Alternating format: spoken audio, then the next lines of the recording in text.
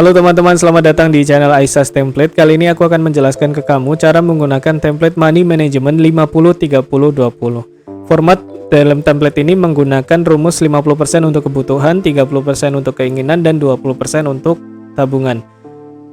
Disclaimer, rumus ini cocok banget buat kalian yang memiliki pendapatan di atas 4 juta. Dan jika pendapatan kalian di bawah 4 juta, kalian masih bisa menggunakan template ini dengan menyesuaikan kembali rumus dasar keuangannya.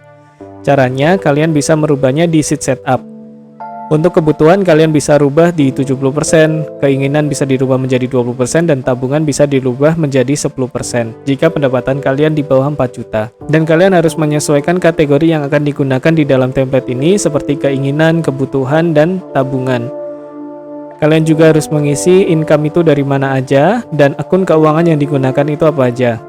Lalu, untuk kalian yang menggunakan spreadsheet bahasa Indonesia, kalian juga harus merubah nama-nama bulannya ini menjadi bahasa Indonesia terlebih dahulu. Jadi sheet setup ini adalah sheet pengaturan dasar dari template ini. Kalian cukup merubahnya di sini saja karena sheet ini juga sudah terhubung dengan sheet yang lainnya. Sheet selanjutnya adalah sheet summary. Ini adalah sheet untuk menunjukkan laporan keuangan kalian dalam 1 tahun atau 1 bulan. Caranya kalian bisa merubah bulannya di sini, lalu pilih bulan yang ingin ditampilkan laporan keuangannya. Aku akan mencontohkannya di bulan Juli. Di dalam sheet summary, kalian bisa melihat ada keterangan untuk tabungan, kebutuhan, dan keinginan. Di sini dibagi menjadi 2, ada plain dan aktual. Dan di bagian sebelah kiri ada total income, total dari rencana alokasi dana, dan total aktual. Dan di bagian bawah ada remaining budget atau dana yang belum dialokasikan. Lalu di bagian bawah sini ada goals breakdown, yaitu membandingkan antara aktual dan goalsnya, apakah sudah mencapai dari target keuangan atau belum. Lalu bagaimana cara mengisi plain dan aktual ini? Caranya di sheet selanjutnya, yaitu sheet budgeting. Sheet budgeting ini adalah sheet untuk merencanakan alokasi dana kalian. Contohnya di bulan Juli, aku akan mendapatkan gaji sebesar 5.900.000 dan untuk tabungan aku mengalokasikannya sebesar 1 juta rupiah dan untuk kebutuhan aku mengalokasikannya sebesar 2.485.000 rupiah dan untuk keinginan aku mengalokasikannya sebesar 1.950.000 rupiah. Di bagian atas sheet budgeting adalah nominal yang menunjukkan sisa dana yang belum dialokasikan. Dan sheet budgeting ini terhubung dengan sheet summary ya teman-teman. Jadi contohnya untuk rencana tabungan utama itu sebesar 500.000 rupiah, maka di bagian summary bulan Juli untuk rencana tabungan utama yaitu 500.000 rupiah. Begitu juga dengan yang lainnya, kategori kebutuhan dan keinginan. Untuk mengisi sheet aktual, kalian bisa berpindah ke sheet spending. Ini adalah sheet yang mencatat transaksi harian kalian.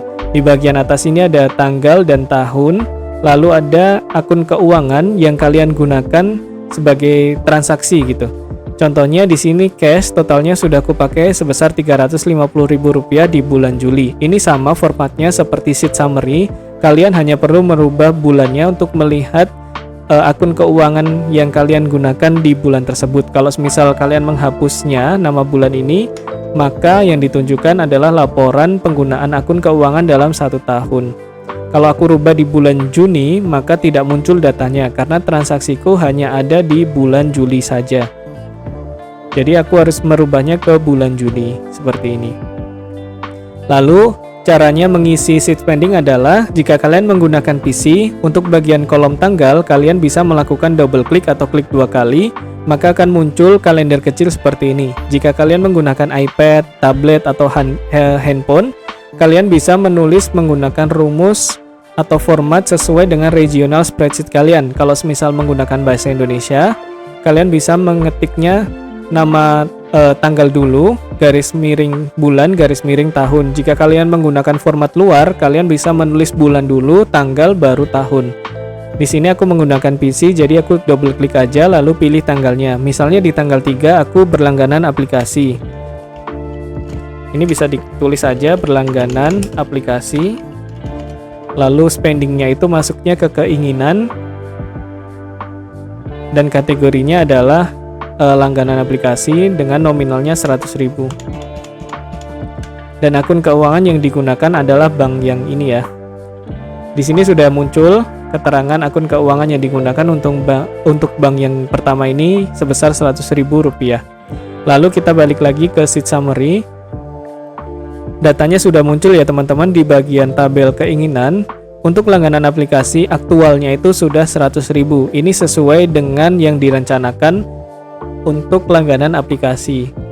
Di bagian kebutuhan untuk belanja bulanan aku sepertinya melebihi dari targetku, yaitu 150.000. Aku mengalokasikannya secara aktual itu sebesar 250.000. Dan di bagian atas ini adalah diagram yang menunjukkan sudah berapa persen aktual itu kalian alokasikan gitu. Jadi misal di bagian needs ini ya sudah 5,9% dari 50%.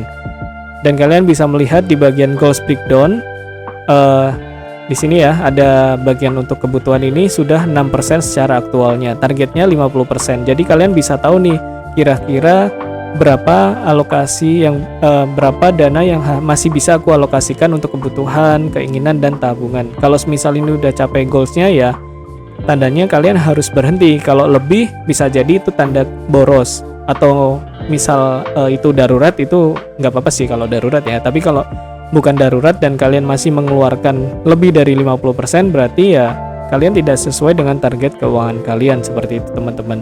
Jadi fungsi dari template ini menggunakan target keuangan yang bisa teman-teman gunain buat apa ya, buat rem gitu. Misal udah sesuai target atau belum. Kalau sudah ya berarti teman-teman harus berhenti untuk mengalokasikan di kategori yang sudah sesuai itu. Jika teman-teman ingin menggunakan template ini, teman-teman bisa klik link yang ada di deskripsi. Sampai bertemu di video selanjutnya.